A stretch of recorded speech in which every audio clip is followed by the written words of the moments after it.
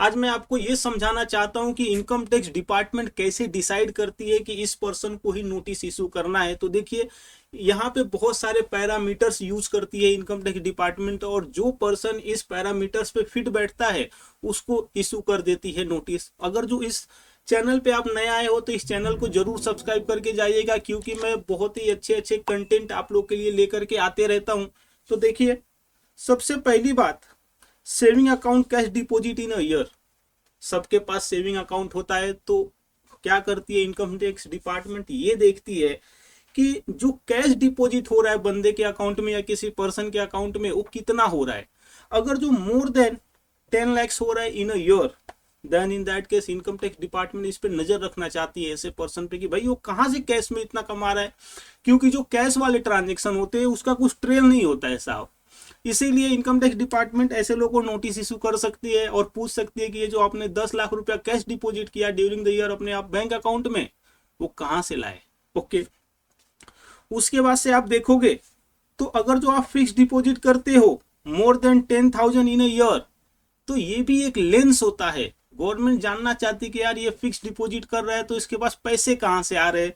तो अगर जो ऐसा होता है तो यहाँ पे नोटिस इशू करके गवर्नमेंट आपसे हिसाब ले सकती है।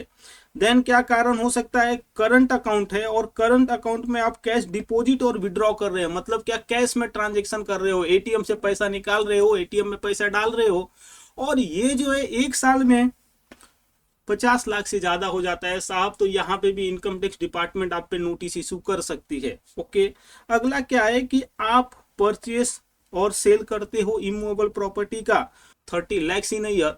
तो देखो ये जो आप इमूवेबल प्रॉपर्टी खरीदते हो या बेचते हो, तो जब भी उसका रजिस्ट्रेशन होता है रजिस्ट्रार ऑफिस में, तो वहां पे क्या होता है, आपका पैन लिया जाता है, आपके नाम पे वो ट्रांजेक्शन रिपोर्ट किया जाता है।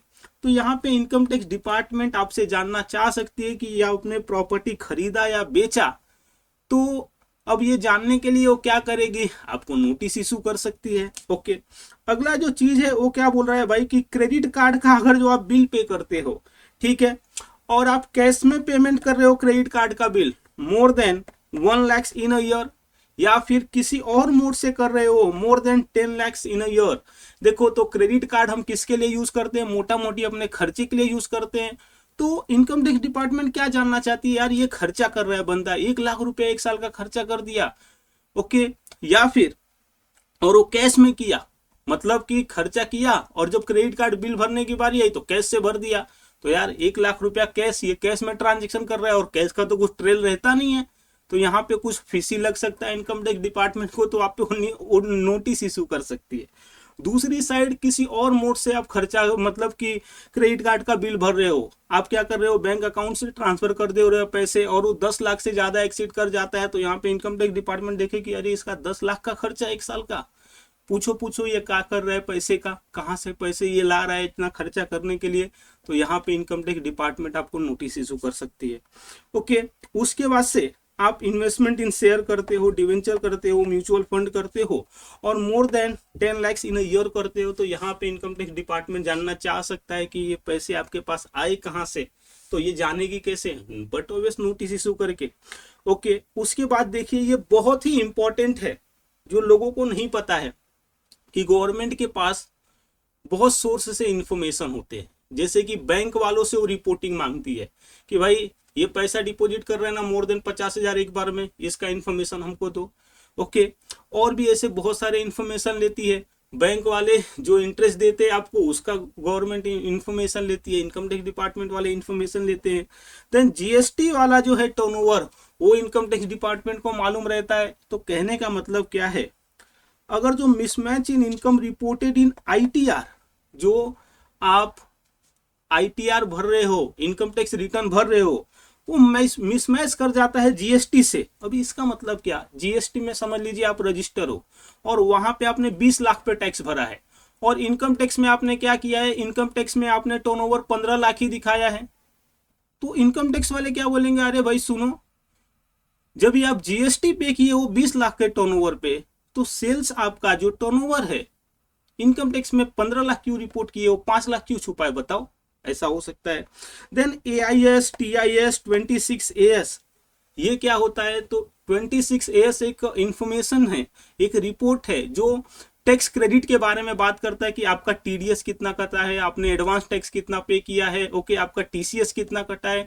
तो जो आप आईटीआर भर रहे हो, टीडीएस 1 लाख का कटा है लेकिन आपने आईटीआर में कमी दिखाया, समझ लो 80 का दिखाया, तो कम क्यों दिखाया, आप कुछ इनकम छुपा रहे हो क्या, वैसा। तो कहने का मतलब AIS, TIS, 26AS, then GST जो है, यहाँ पे कुछ प्रॉब्लम आता है, मिसमैच आता है आपके आईटीआर से, वहां पे सतर्क हो जाइएगा, नोटिस इशू होने का चांस है आपके ऊपर। ओके, तो अब देखो और क्या बोला जा रहा है कि आपके नाम पे टीडीएस डिडक्ट हुआ है, जैसे कि आपको इंटरेस्ट इनकम आ रहा है और बैंक वालों ने आपका टीडीएस काट के रखा है, या फिर आप कॉन्ट्रैक्टर हो, आपका 194C में टीडीएस कटा है, या फिर आप सैलराइड पर्सन हो और सेक्शन 192 में टीडीएस कटा है, और आप क्या कर रहे हो, आप रिटर्न फाइल ही नहीं कर रहे हो।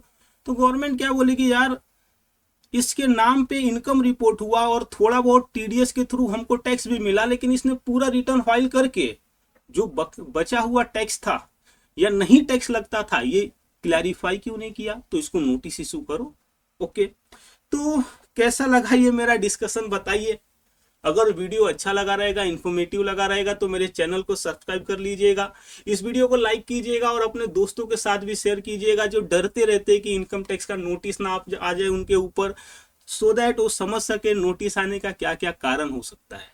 तो मिलते हैं अगले वीडियो में अगले टॉपिक के साथ। Thank you.